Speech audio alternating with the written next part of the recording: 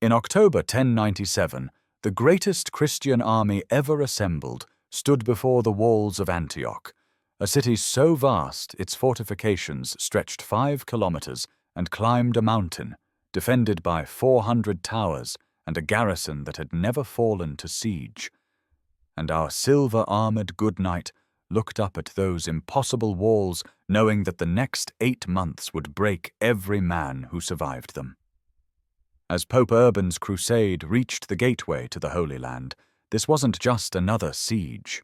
It was a descent into a hell of starvation so complete that men boiled leather, so desperate that Christians ate the flesh of their enemies, so brutal that nobles fled in the night down ropes like cowards, and so miraculous that a peasant's vision of a holy relic transformed the starving into an army of fanatics who defeated the largest Muslim coalition ever assembled. Watch as the good knight endures the winter of death, witnesses the horror of the Tafurs, survives the treachery that opened the gates, and stands on that final battlefield where saints themselves rode down from the mountains to turn defeat into the most improbable victory in medieval history. Subscribe to the GoodKnight Stories for more immersive historical journeys that put you in the mud, blood, and terror of history's greatest sieges, where our eternal knight in silver armor walks you through every moment of suffering and triumph with storytelling designed for deep focus, relaxation, or peaceful sleep. Comment below which impossible battle you'd like the good knight to survive next.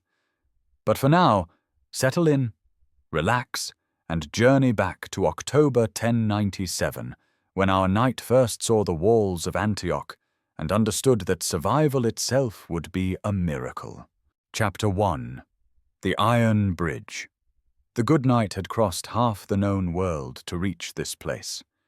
Behind him lay the corpses of 1,000 miles, the sun-bleached bones of the People's Crusade scattered across Anatolia, the Turkish dead at Dorylaeum, the long column of pilgrims who had simply stopped walking one day and never rose again. Ahead, across the muddy brown current of the Orontes River, stood the Iron Bridge. It was October 20th, 1097. The air was still warm, carrying the scent of ripening grapes from the valley orchards. The good knight's armor, silver, always silver, polished to a mirror shine despite the dust of the road, caught the afternoon light as he dismounted. His horse, a destrier he'd brought all the way from Normandy, snorted and stamped. The animal was lean now, ribs beginning to show, but still strong, still alive. He ran his gauntleted hand along the horse's neck, feeling the muscle beneath the hide, and wondered how much longer that would be true. "Form up! Form on Bohemond!" The shout came from Robert of Normandy, the Duke's son, a man whose red hair seemed to burn in the Syrian sun. The good knight moved to join the vanguard, his boots squelching in the river mud. Around him, thousands of men were doing the same. Normans, Flemings, Provençals, Germans, Italians. An army that spoke a dozen languages but shared one destination: Jerusalem. But first, Antioch.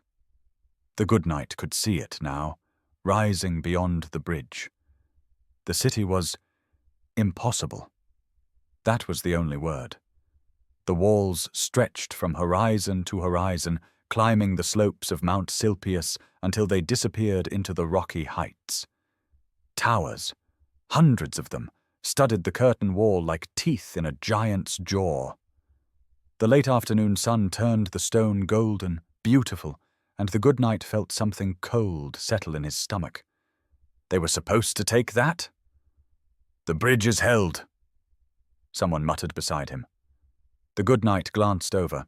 It was a Flemish knight, young, maybe 20, with a sparse beard and eyes that had seen too much already.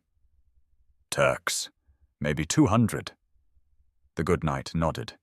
He could see them now, figures moving on the far side of the bridge, the glint of scale armor, the curved bows. The iron bridge was narrow, barely wide enough for 2 horses abreast, and it was the only crossing for miles. If they couldn't take it, they couldn't reach Antioch. If they couldn't reach Antioch, the crusade ended here. Bohemond of Taranto rode to the front of the column. The good knight had seen many lords in his life, but Bohemond was different. Tall, taller than any man had a right to be, with shoulders like an ox and a face that seemed carved from the same stone as the city walls. He wore no helmet yet, and his hair, golden and long, moved in the river breeze. "We take the bridge," Bohemond said. His voice was calm, conversational, as if he were discussing the weather. "We take it now, we take it fast, and we don't stop until we're across. The Turks will run. They always run when we charge." The good knight had heard that before. At Dorylaeum, it had been true. The Turkish horse archers had melted away before the Frankish heavy cavalry like morning mist. But Dorylaeum had been open ground. This was a bridge, a narrow, defended bridge. "Mount up!" The good knight swung into his saddle. Around him, the sound of armor and horse and men breathing hard. Fear smell, sharp and sour. He drew his sword, a long, straight blade, good Frankish steel, and held it low, resting the flat against his thigh. Bohemond raised his hand. The world held its breath. Then the hand dropped, and the world exploded into motion. Chapter 2. The Deployment. The Crusader army did not arrive at Antioch as a unified force. It came in pieces, in contingents, each led by a prince who owed allegiance to no one but God and his own ambition. The good knight watched them deploy over the course of 3 days, a slow, ponderous process that reminded him of watching a great beast settle down to sleep. Except this beast was preparing to kill. Bohemond took the northeast, opposite the gate of St. Paul. It was the most dangerous position, the one most exposed to relief armies coming from Aleppo or Mosul. The good knight, who had attached himself to Bohemond's contingent after the death of his own lord at Dorylaeum, helped dig the earthworks and set the pickets. The work was hard, the ground rocky and unyielding, and the October heat still fierce. To the west, Raymond of Toulouse, the richest of the princes, a man who travelled with a personal fortune in gold and a retinue that included the papal legate himself, set his camp opposite the dog gate. Raymond's men were Provençals, and they sang as they worked, strange southern songs that the good knight didn't understand but found oddly comforting. Godfrey of Bouillon, the Duke of Lower Lorraine, took the gate of the Duke. Godfrey was quiet, pious, and deadly. The good knight had seen him kill a bear with a single sword stroke during the march through Anatolia. The men loved him, but there were gaps. Huge gaping holes in the siege line. The southern wall, climbing the slopes of Mount Silpius, was barely watched. The terrain was too steep, too broken for the Crusaders to effectively blockade. The bridge gate to the west, near the river, was similarly open, and the gate of St. George, which led into the mountains, was completely unguarded. The good knight understood the problem. The city was simply too large. The Crusader army, which had numbered perhaps 40,000 when it left Constantinople, was now down to maybe 35,000 after the losses in Anatolia. And of those, only 4,000 or 5,000 were knights, the heavy cavalry that was the Crusade's primary weapon. The rest were infantry, archers, and the pauperes, the poor pilgrims who had no armor, no horses, and no business being on a battlefield. You couldn't encircle a city this size with 35,000 men. It was impossible. But they were going to try anyway. The good knight's days fell into a rhythm. Wake before dawn, check the horse, water, feed, inspect the hooves and legs for injury, check his own equipment, armor, sword, shield, the small knife he kept in his boot. Eat, if there was food. Then the work, Digging, building, patrolling.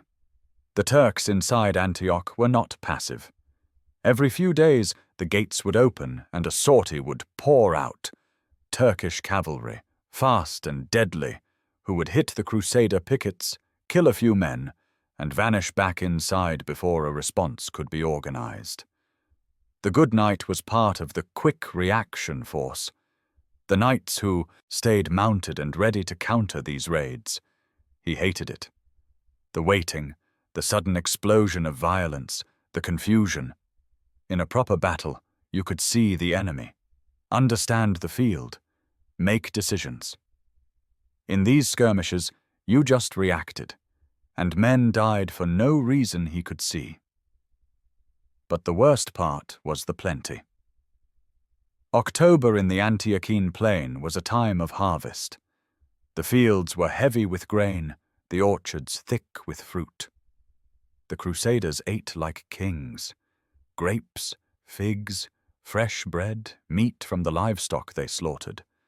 The good knight watched his fellow knights grow careless, gorging themselves, throwing away food that was still good because there was always more.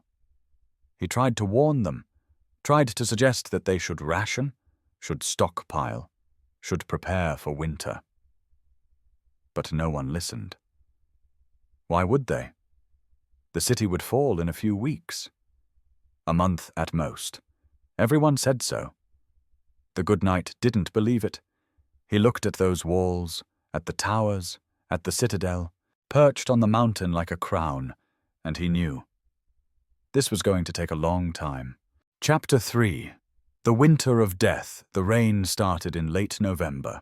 It came in cold grey sheets that turned the Crusader camp into a swamp. The tents, which had been adequate in the dry autumn heat, leaked. The fires wouldn't stay lit. The good knight's armor began to rust despite his best efforts, and the horse developed a cough that wouldn't go away. And the food ran out. It didn't happen all at once. It was gradual, insidious. First, the fresh meat disappeared. Then the grain. Then the fruit. By December, the Crusaders were eating the livestock they'd planned to use for ploughing. By January, they were eating the horses. The good knight's destrier, the animal that had carried him from Normandy to Antioch, that had charged at Dorylaeum and crossed the Iron Bridge, died on a cold morning in early January. The cough had gotten worse, and then one day the horse just lay down and didn't get up. The good knight knelt beside the animal in the mud, his hand on the horse's neck, and felt the life go out of it. He stayed there for a long time, the rain soaking through his cloak, and then he stood up and walked away. Other men butchered the horse. He didn't watch. Without a horse, the good knight was no longer a knight. He was just another foot soldier, another mouth to feed in an army that was starving. The prices in the camp became obscene. A single donkey's load of grain, enough to feed maybe 10 men for a day, cost 120 sous. A chicken cost more than a sword. Men sold their armor, their weapons, everything they had, just to eat.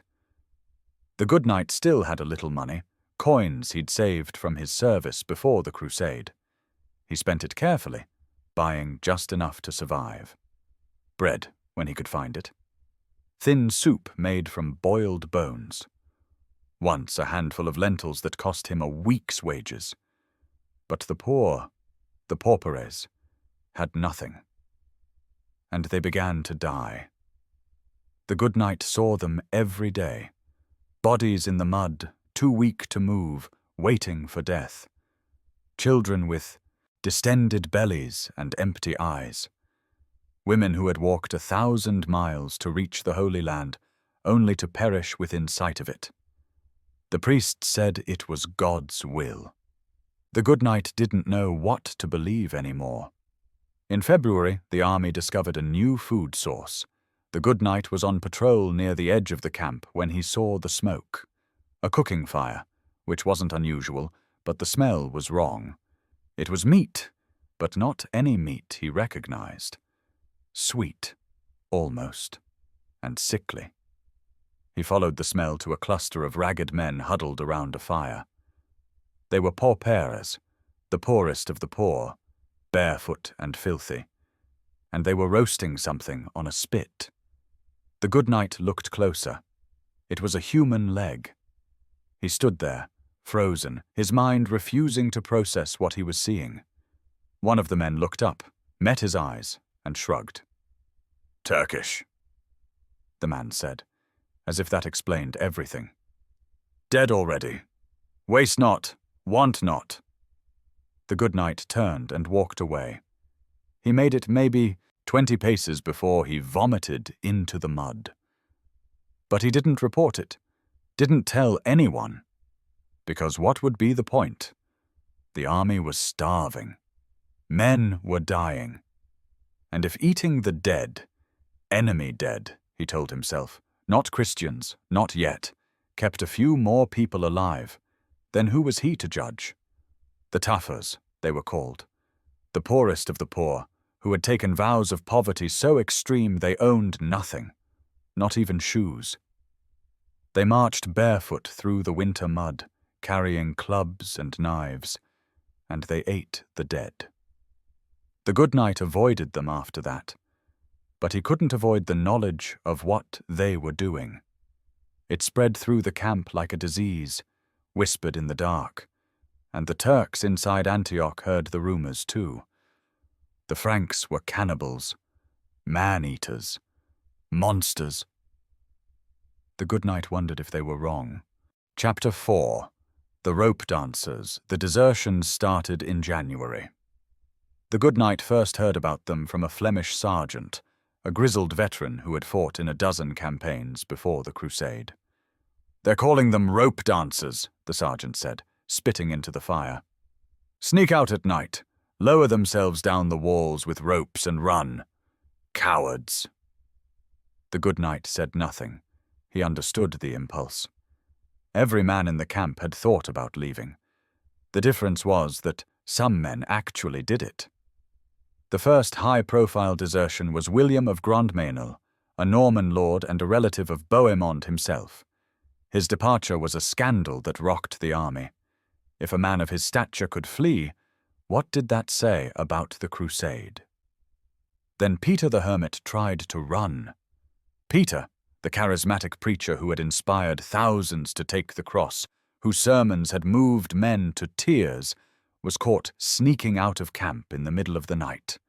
They dragged him back, and Bohemond publicly humiliated him, forcing him to swear he would stay. The good knight watched the spectacle and felt something break inside him. If even Peter the Hermit had lost faith, what hope was there for the rest of them?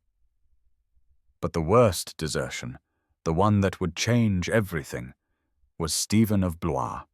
Stephen was one of the wealthiest princes in the Crusade, a man who commanded thousands of soldiers and whose wife, Adela, was the daughter of William the Conqueror.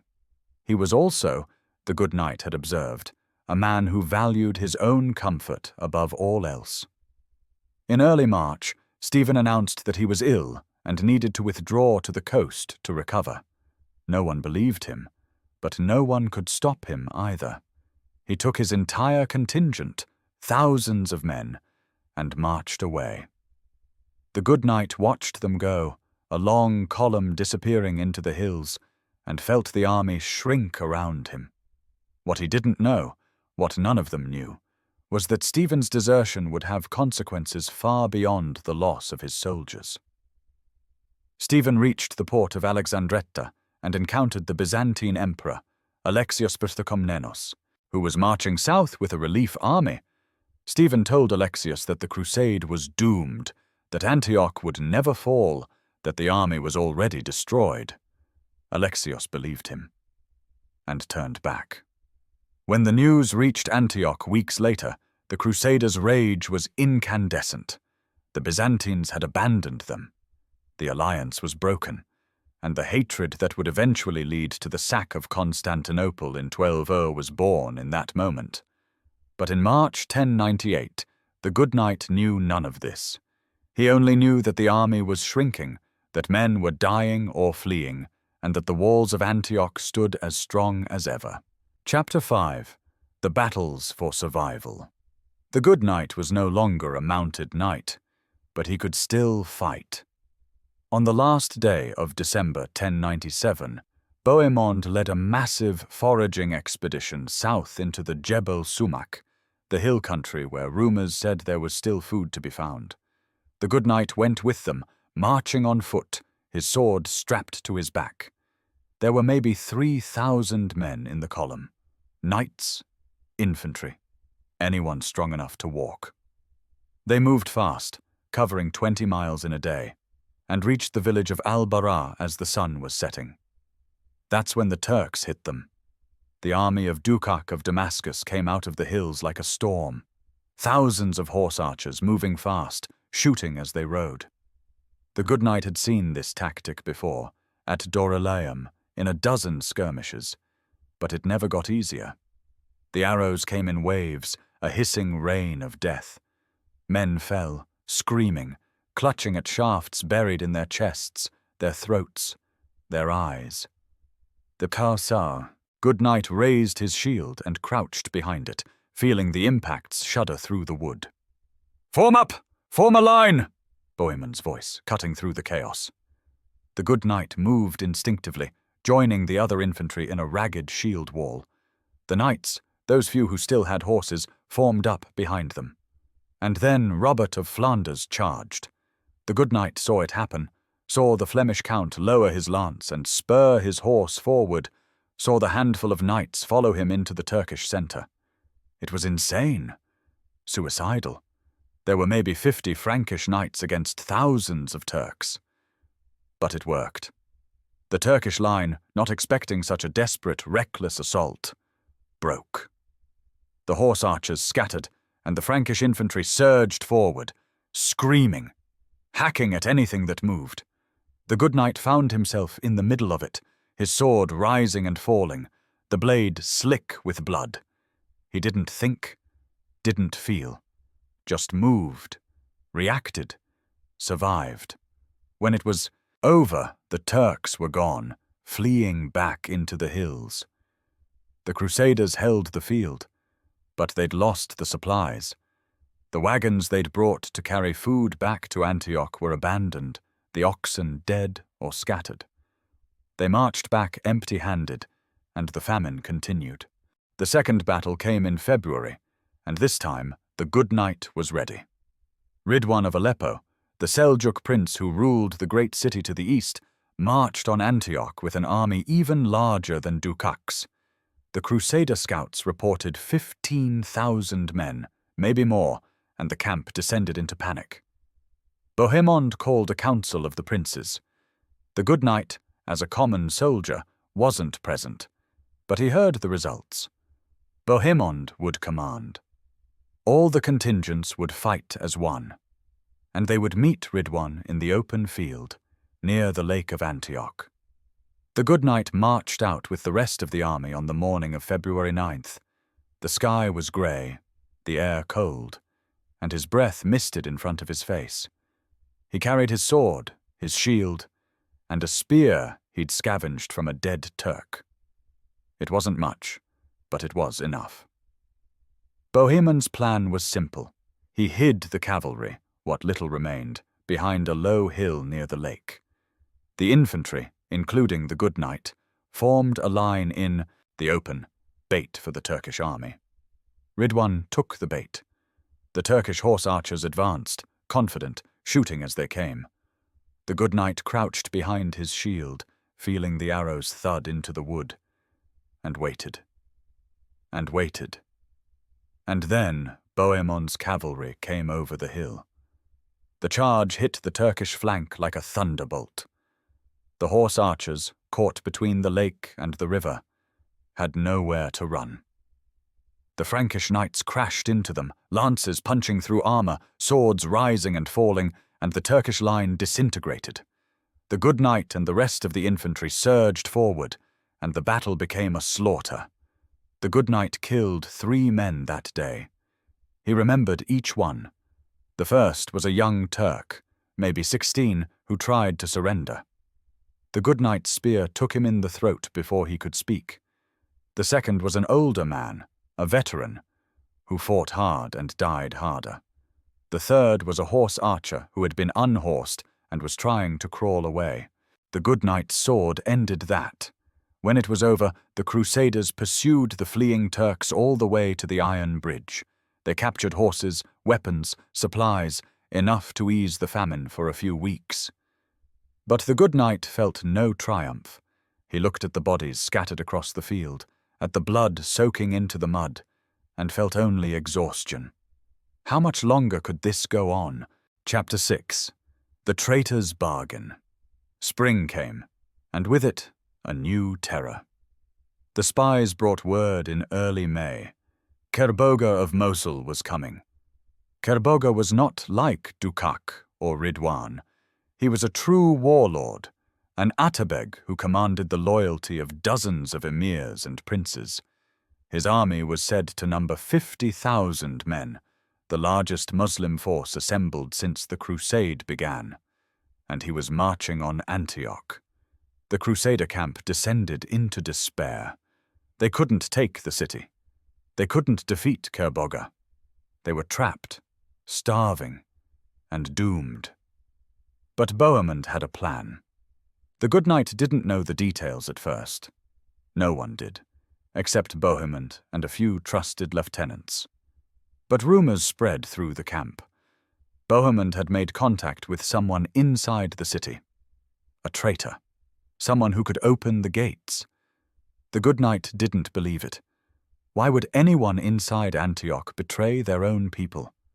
The city was strong, well supplied, and about to be relieved by the largest army in the region.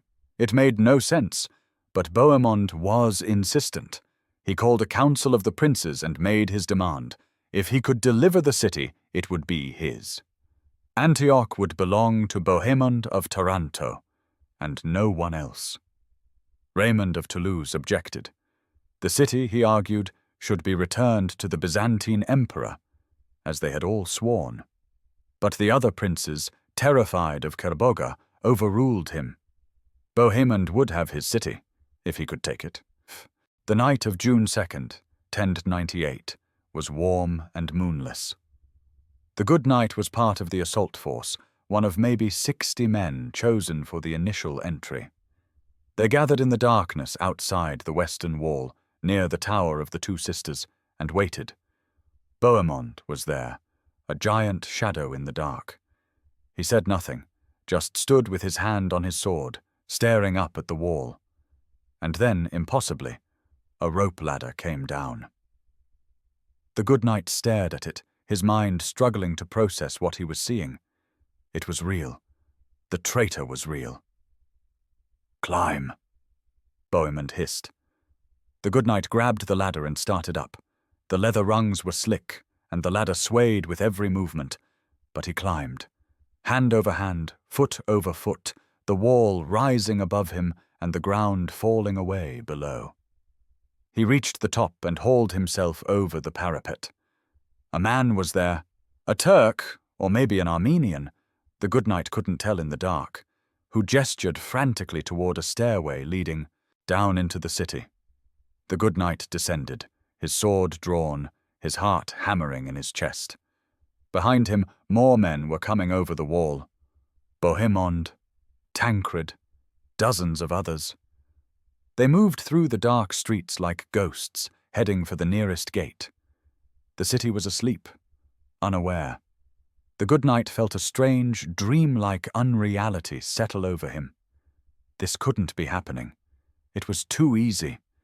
They reached the postern gate and threw it open, and the Crusader army poured in. Chapter 7. The Sack.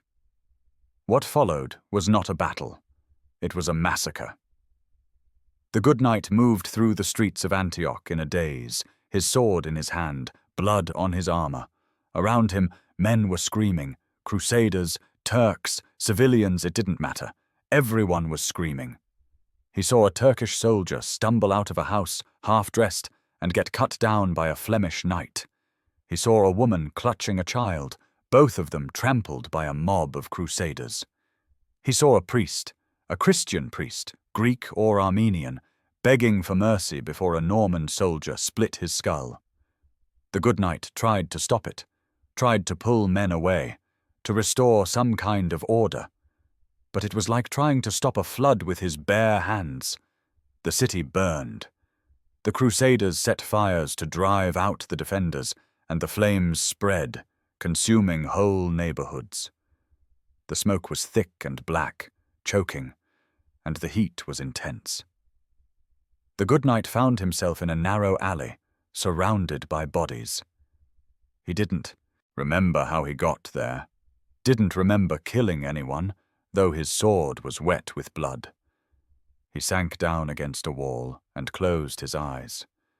This was supposed to be a holy war, a pilgrimage. They were supposed to be liberating the city, not destroying it. But all he saw was death. By dawn, the lower city was in Crusader hands. But the citadel, the great fortress on the mountain, still held.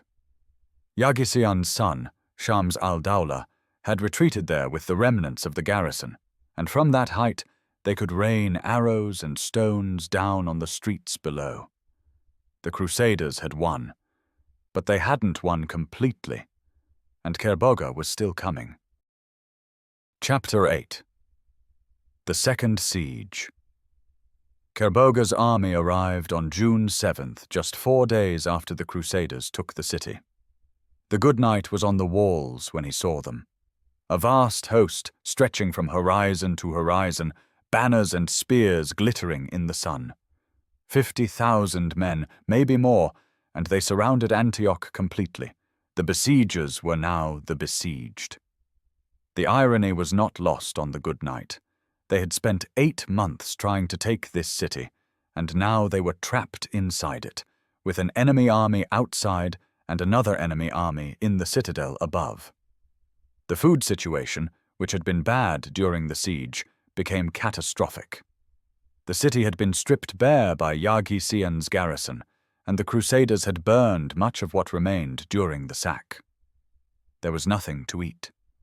Men began to die again, not from Turkish arrows, but from starvation. The good knight rationed his strength, moving as little as possible, trying to conserve energy. He found a corner in a ruined house and stayed there, watching the days pass. On June 10th, Bohemond set fire to the merchant quarter. The good knight watched the flames from his corner and understood. The soldiers were hiding in the houses, refusing to come out and fight. Bohemond was burning them out, forcing them onto the walls. It worked. The men came out, coughing and cursing, and took their positions. But morale was gone. The good knight could see it in their faces, hear it in their voices. They were beaten, defeated, just waiting to die. And then Peter Bartholomew had his vision. Chapter 9. The Holy Lance. The good knight was not present when Peter Bartholomew claimed to have seen St. Andrew. He heard about it second-hand, from a Provençal soldier who was breathless with excitement. A vision. St. Andrew himself. He told Peter where the Holy Lance is buried. The good knight's first reaction was skepticism. Peter Bartholomew was a peasant, a nobody, and visions were convenient. Too convenient. But Raymond of Toulouse believed. And on June 14th, Raymond led a group of men, including Peter, into the Cathedral of St. Peter to dig. The good knight went to watch. He wasn't sure why. Curiosity, maybe, or desperation. He needed something to believe in, even if it was a lie. They dug for hours. The cathedral floor was hard-packed earth and stone, and the work was slow. The good knight stood with the crowd of onlookers, watching the pit grow deeper. And then Peter Bartholomew jumped into the pit and emerged holding a piece of corroded iron. "The Holy Lance!" he screamed. "The lance that pierced our Lord's side!" The crowd erupted.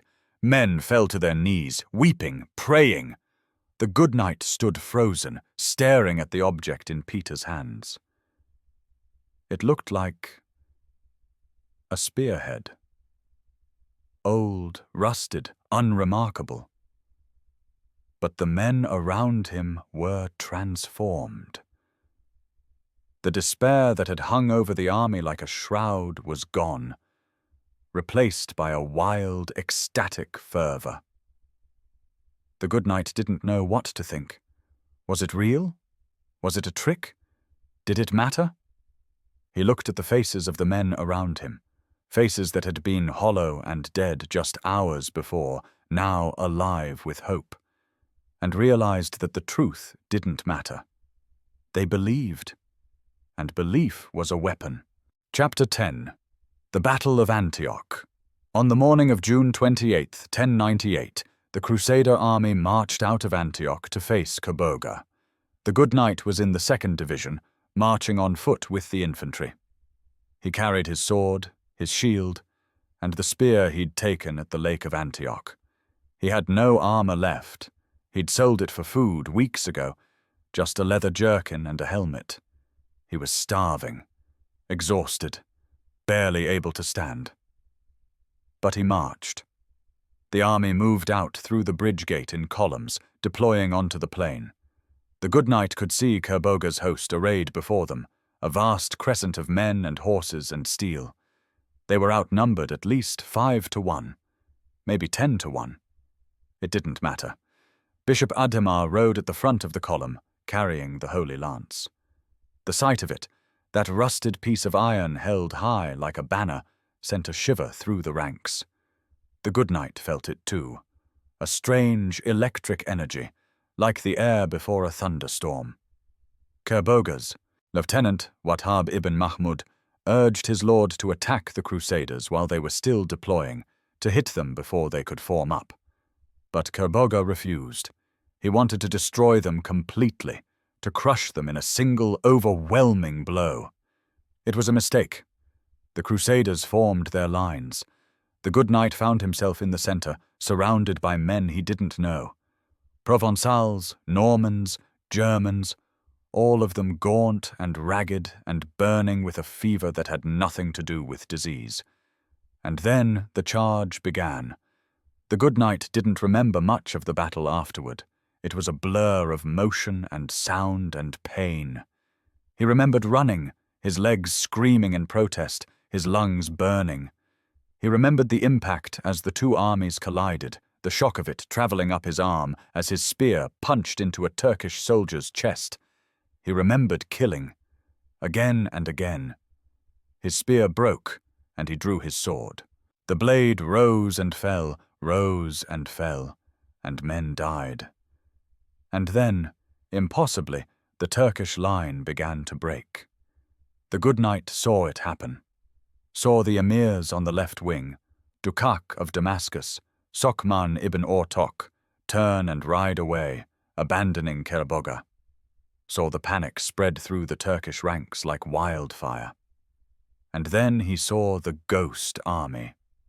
They came down from the mountains, a host of riders in white, their armor shining like silver. The good knight stared at them, his mind refusing to process what he was seeing. Saints. They were saints. St. George, St. Demetrius, St. Mercurius, leading an army of the dead. Or maybe they were just a hallucination. A trick of the light, a vision born of starvation and desperation. The good knight didn't know, didn't care. The Turkish army broke. Kerbogha fled, and his men followed, streaming away across the plain in a rout that turned into a slaughter. The Crusaders pursued them, killing, capturing, looting. The good knight stumbled after them, too, exhausted to run, and watched as the greatest Muslim army ever assembled disintegrated before his eyes. They had won. Against all odds, against all reason, they had won. Chapter 11. The Citadel Falls.